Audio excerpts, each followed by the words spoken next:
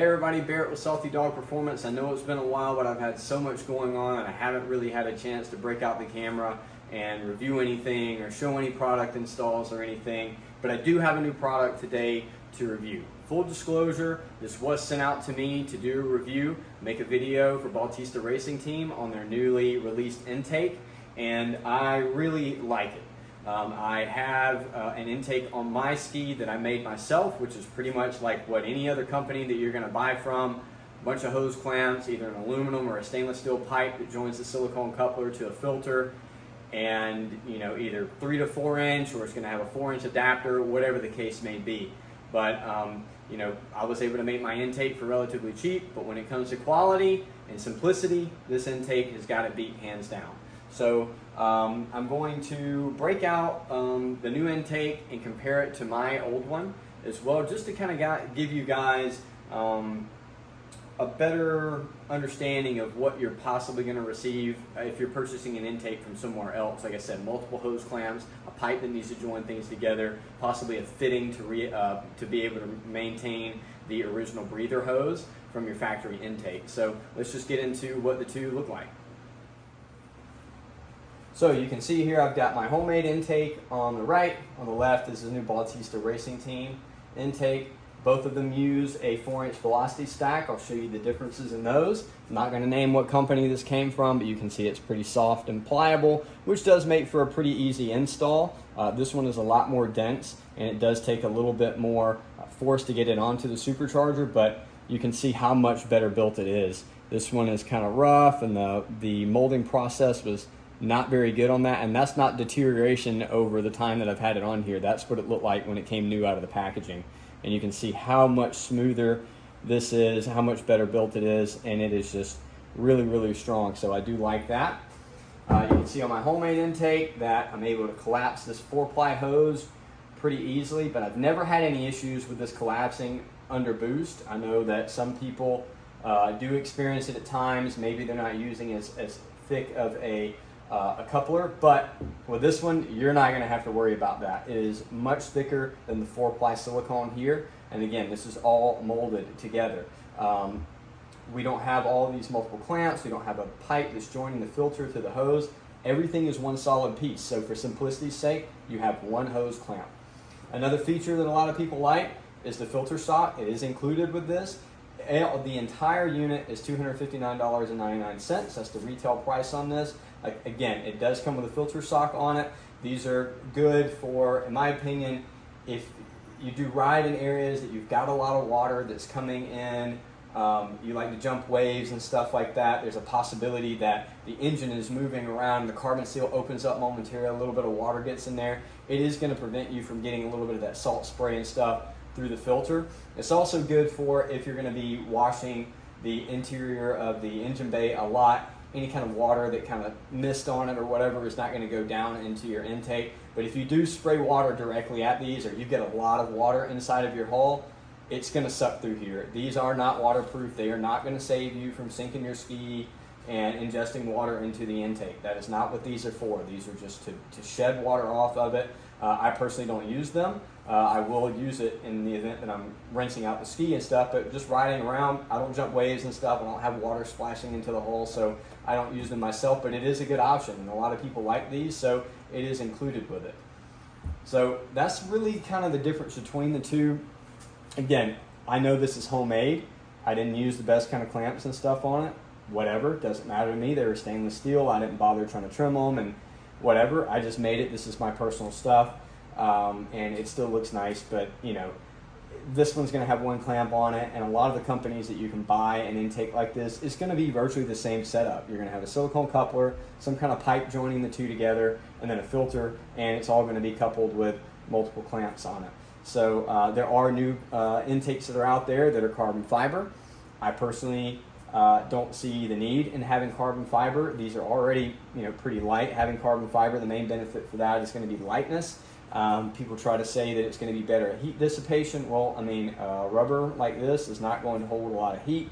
Aluminum is definitely great at dispersing heat. That's why our intercoolers and our radiators and ride plates are made out of aluminum. That's also why the engines are made out of aluminum. It's great for heat dispersion. So you're not going to get heat soak from an intake in one of these, especially with having an air to water intercooler. So I'm not going to continue to harp on the technical aspects of that. You can go with whichever one that you want.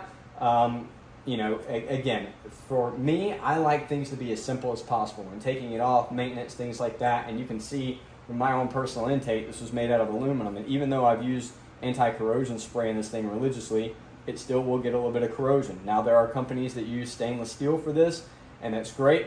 You're going to be much less likely to have any corrosion and rust and stuff like that, but again, that comes down to the grade of stainless steel that you're using. Stainless steel 304 is not going to hold up against salt water, just so you know. So that's enough technical aspects on this. I'm going to move the camera over and show you guys how to install it.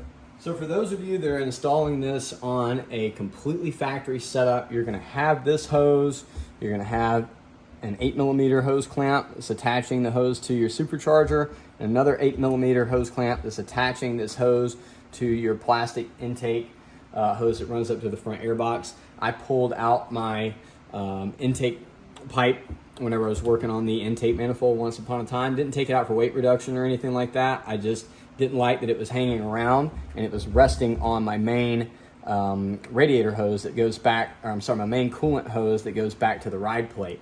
I just didn't think that was a good idea to have some sharp plastic edge rubbing on that, and that's why I took it off. So all you would have to do to take this off, you're also going to have your breather hose is going to attach to your PCV valve right here, or your breather, your blow-by valve in Sudo land is what they're called. It's going to be a 1/4" hose clamp to take off from there. You're not going to have to take out the hose clamp that's attached to this one. I did because I repurposed it using it on another build, but you don't have to take that one off. Take this one off with a 1/4". 8mm there, 8mm there, and it all just pulls out in one piece. So now we're ready to install the velocity stack, and like I said, I have a specific way that I like to do this, and so I've taken it, put it in the oven at 250 degrees for about 8 to 10 minutes just to soften it up a little bit, because like I said, they are pretty hard. We're going to spray some XPS down here, spray it on the inside.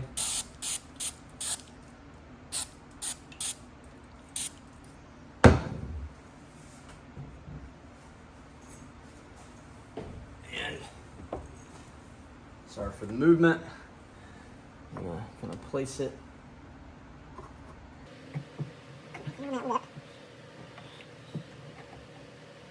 Like I said, it is a tight fit.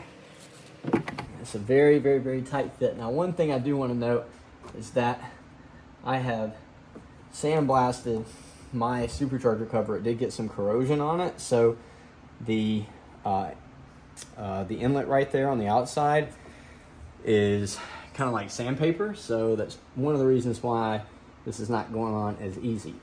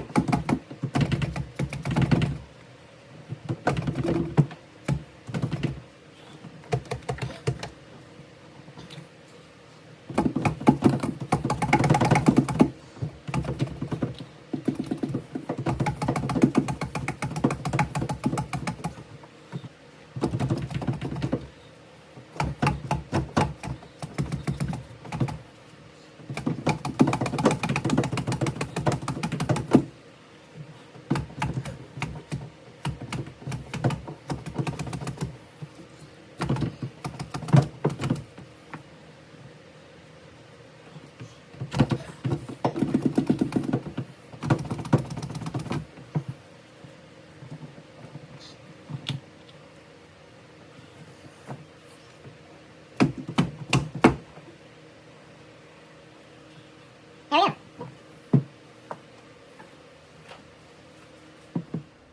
All right, now we've got the velocity stack on, and I know that looked a little more brutal than what it is. But again, I just want to reiterate, because my supercharger has been sandblasted and I didn't tape this off like a dummy.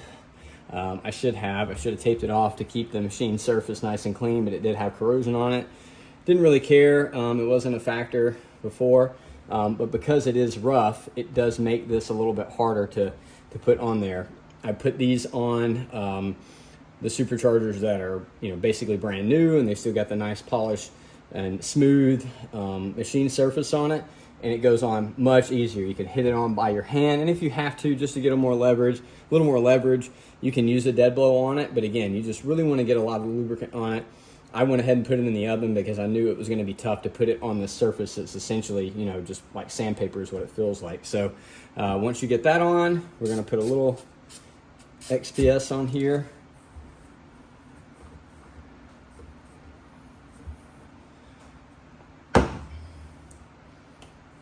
A little on the inside of our pipe, just so that all goes together nice and easily as well.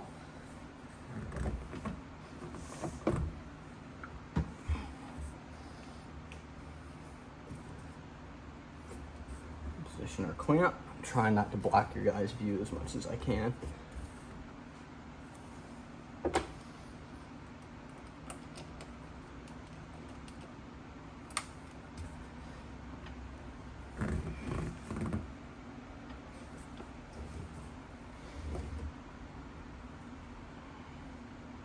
Go.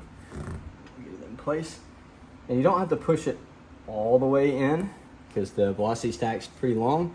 So once you get it like that, the end of this pretty much level with the supercharger right here, you're good to go ahead and just tighten it on. Make sure our clamp is nice and straight.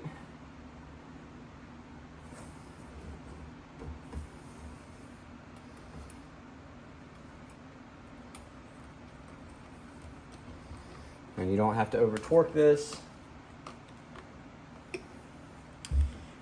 And that's it. Okay, everything is installed. We're good to go there. I'm gonna start it up, and you guys can hear what it sounds like.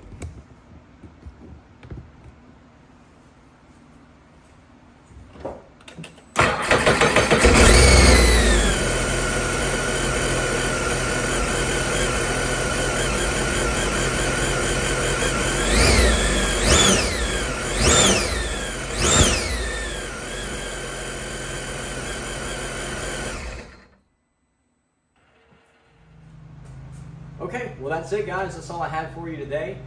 Pretty relatively simple install. Like I said, other than my supercharger having a little bit of difficulties getting the velocity stack on. Like I said, I just put one of these on a ski yesterday that was not sandblasted like I did mine when to repaint it, and it went on much easier than what it took mine to go on. But as always with me, I like to show things full disclosure, exactly what you're going to expect. I don't like to chop and edit videos and make everything just look so easy, because it always isn't. So, but yeah, I mean, for the whole package, $260 for that. One solid piece. It's got one hose clamp, comes with a very dense and robust 4-inch velocity stack with it. It does have the filter sock for those of you that like to run those as well. It is a marine filter on it. Stainless steel. I mean, it is a very good complete package. It is low profile, so if you're running the stock exhaust, you don't have to worry about the filter moving and hitting this.